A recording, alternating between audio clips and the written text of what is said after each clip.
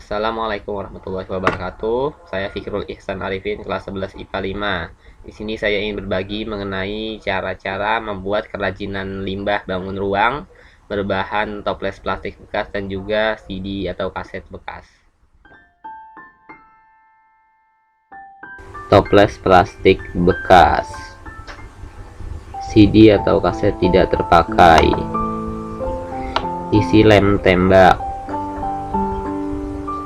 lilin, namun jika punya lem tembak pakai saja, gunting.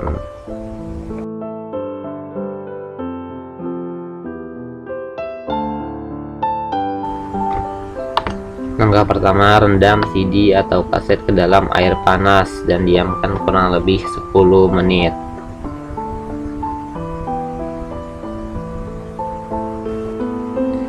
Langkah kedua, belah CD atau kaset menjadi dua bagian agar nanti mudah untuk dipotong.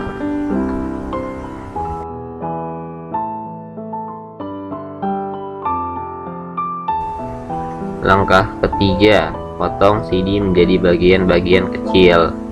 Namun kalian juga bisa membuat pola potongannya dulu supaya lebih teratur dipotongnya.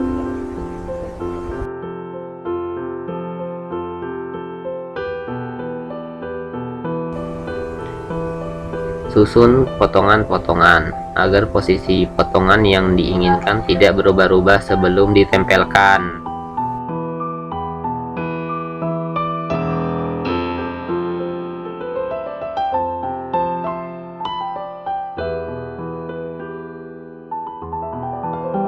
Langkah terakhir, tempelkan potongan CD agar melekat pada toples plastik.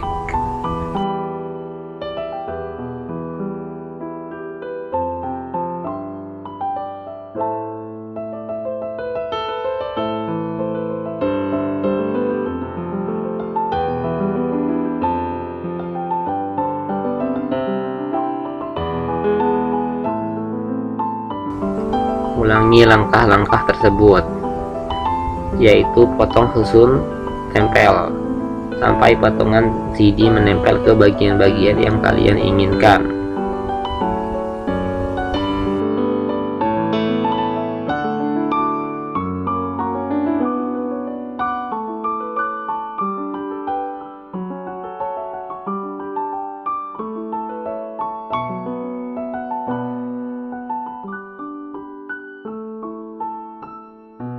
Dan ini dia hasilnya, kerajinan limbah bangun ruang berbahan CD bekas dan toples plastik bekas. Sekian, terima kasih. Bismillahirrahmanirrahim. Assalamualaikum warahmatullahi wabarakatuh. Di sini merupakan PPT mengenai perencanaan usaha kerajinan limbah bangunan ruang. Untuk tugas saya, Fikrul Ihsan Arifin, kelas 11 MIPA 5. Nah, di sini deskripsi produk yang diproduksi. Ini merupakan produk dari limbah botol atau toples plastik dan juga CD atau kaset. Jenis limbahnya merupakan jenis limbah anorganik. Ciri-cirinya yaitu keras dan juga mengkilap, seperti gambar ini. Lalu ukurannya itu kecil dan juga sedang. Warna atau motif, karena ini tidak ada warna ya, jadi bening, dan juga motifnya itu geometris. Lihat ini, seperti ini. Lalu teknik pembuatannya hanya potong dan tempel. Bahan-bahannya yaitu toples atau botol plastik dan juga CD atau kaset. Sekarang ke identifikasi peluang usahanya. Nah, resiko dan juga peluang dari usaha ini. Yang pertama kita bahas yaitu dari hal bagusnya dulu, yaitu peluangnya. Peluang usahanya yaitu adalah peluang usaha toples makanan. Seperti toples makanan saat hari raya. Dan juga berbagai hiasan, karena dia sifatnya itu bening, jadi sangat bagus sebagai bahan untuk lampu atau lentera. Lalu ditambah lagi ada kaset yang mempunyai sifat mengkilapnya, jadi akan bagus, dan juga untuk tempat penyimpanan barang. Lalu resiko usahanya, pertama adalah persaingan dengan similar business or non-similar business. Yang dimaksud dengan similar bisnis ini, contohnya kita ambil usaha toples makanan hari raya. Kalau similar bisnis misalnya persaingan di antara kemasan toples motif, kemasan toples yang bermotif. Nah, mungkin akan ada persaingannya, namun ada juga persaingan non similiarnya. Nah, non similiarnya ini misalnya persaingan antara toples yang bermotif dengan yang tidak bermotif.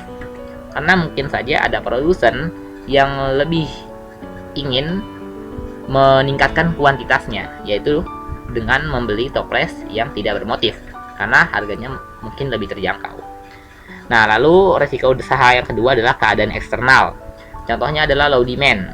Bisa saja akan ada pasti periode di mana permintaannya akan menurun. Ini salah satu resiko usahanya. Karena kemasan toples ini bukan kebutuhan primer. Lalu langsung ke kebutuhan materi untuk usaha ini. Yang pertama dari bahannya. Bahan dibutuhkan hanya toples, botol, dan CD. Toples atau botol dan CD. Jika dijumlah harganya hanya 8.000. Lalu alat yang digunakan, alat isi ulangnya seperti isi lem tembak, harganya hanya 2.000. Jika di total harganya 10.000. Bahan dan harga ini yang dibutuhkan untuk produksi satu toples. Namun ini harga barang yang dibelinya itu satuan. Kalau dibelinya mungkin sekali banyak, akan berbeda harganya. Nah, bahan toples dan botol tersedia sangat banyak karena toples dan botol merupakan salah satu limbah yang sering dihasilkan. Sedangkan CD tidak terlalu banyak, tapi masih bisa ditemukan. Nah, dengan gitu, usaha yang dipilih adalah produksi usaha toples hias. Adapun faktor-faktor yang mendorong untuk memilih usaha ini adalah, pertama nih dia, faktor pendorongnya. Faktor pendorongnya adalah karena ini merupakan ide yang cukup kreatif.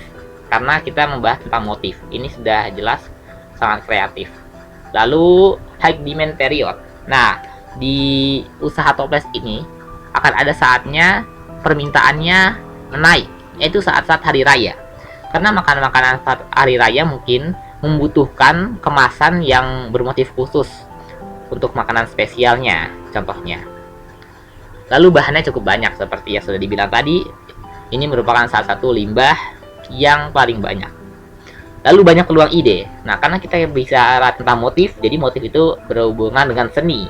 Nah, seni itu merupakan sesuatu yang membutuhkan ide. Karena ini berhubungan dengan seni, jadi idenya tuh akan banyak. Seperti ini contohnya. Motif-motifnya mungkin bisa diubah menjadi yang lebih menarik, ataupun macam hal lagi bisa dilakukan. Karena ini berhubungan dengan seni. Lalu faktor-faktor yang harus dipertimbangkan, yang juga masih dipertimbangkan, yaitu adalah need creativity. Seperti yang sudah dibilang tadi, ini produk kerajinan, dimana pasti membutuhkan kreativitas. Lalu low demand period. Nah, saat ada high demand period, pasti akan ada saatnya low demand period, yaitu saat-saat hari-hari kerja biasa. Tidak ada event-event khusus. Permintaan mungkin saja menurun. Lalu persaingan ide. Nah, karena banyak peluang ide, berarti akan ada persaingan ide. Inilah salah satu yang menentukan keberhasilan usaha yang berhubungan dengan motif. Nah, selanjutnya adalah studi kelayakan usahanya. Pertama, kita ke aspek pasar atau pemasarannya. Target pasarnya itu adalah pasar produsen makanan, seperti yang sudah disinggung sebelum-sebelumnya. Lalu pemasarannya itu bisa lewat all shop ataupun sosial media, karena ini yang paling efektif dan juga efisien. Nah, untuk manajemennya ada 3 manajemen di sini, yaitu manajemen umum, manajemen produksi, dan juga manajemen administrasi dan keuangan. Manajemen umum ini merupakan pemiliknya ya. Jadwal kerjanya pun sudah terlampir di sini. Nah, di sini juga ada jadwal kerjanya setiap hari sama jam kerja. Jam kerja yang dimaksud di sini itu dari pagi sampai maghrib, subuh sampai maghrib contohnya. Nah, lalu ke aspek produksi. Lokasi produksi itu di rumah manajemen umum atau rumah pemilik usahanya. Bahan-bahannya seperti yang sudah tertera di sini. Peralatannya itu gunting sama lem tembak saja. Iya, itu saja. Lalu proses produksinya memotong dan menempel. Kapasitas produksinya itu 6 sampai maksudnya 6 sampai 8 pieces per shift per orang ya. Harinya enggak. Jadi satu shift dari jam 8 sampai jam 11 bisa ngasilin 6 sampai 8 per orang ya. Oke, kita lanjut. Selanjutnya, Struktur manajemennya. Tadi kan sudah dibilang ada 3 manajemen. Ya, ini strukturnya. Yang paling tinggi itu manajemen umum, yang dimana merupakan pemilik usahanya, dan 2 ini karyawannya. Nah, kesimpulannya, usaha pemanfaatan limbah sebagai bahan usaha kerajinan bangun ruang yang kamu pilih sangat sesuai untuk usaha handmade.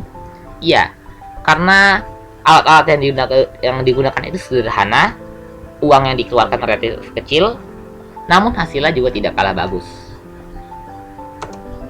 Sekian dari saya. Terima kasih. Wassalamualaikum warahmatullahi wabarakatuh.